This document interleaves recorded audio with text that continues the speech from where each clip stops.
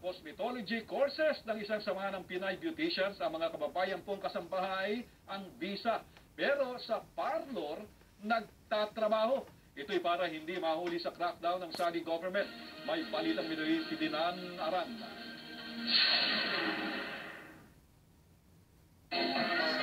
Apat na Pinay beautician ang napabalitang nahuli ng otoridad nang magsimula ang crackdown sa mga undocumented OFW. Kaya patuloy ang pagtulong ng Women in Salon Overseas Organization o WINSO sa kanilang mga miyembro.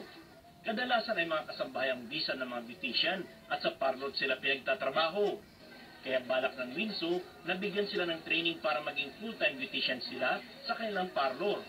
Gusto ko rin na lapitan ng isa't isang mga kapil, kagaya ng mga katulong natin na sa araw ng day off nila, gusto ko silang likumin sa isang lugar at tuturuan ko sila. Tuturuan sila ng tamang pag-makeup at bagong hairstyle. Sasanayin din sila sa paggawa ng sabon at kandila para dagdag kita kung sakaling mapauwi sila sa Pilipinas.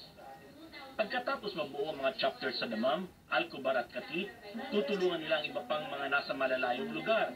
Masaya ako ngayon na nakikita ko na marami na ang miyembro ng WINSO at nakabuo na kami sa Catip at magbubuo pa kami sa Jubil, Sapwa at Pupo.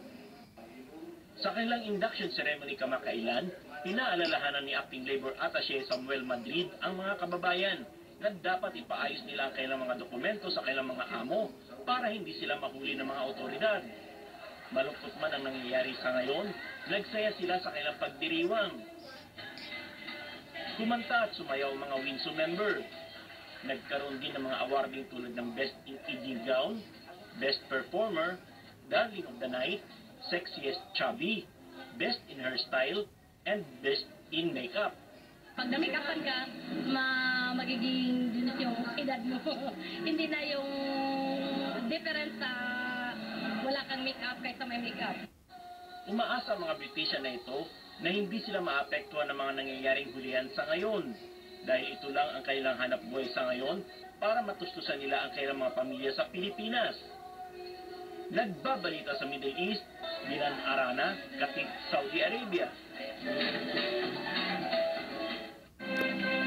Kailangan ang mga Tama ba ginawa ko? Rico.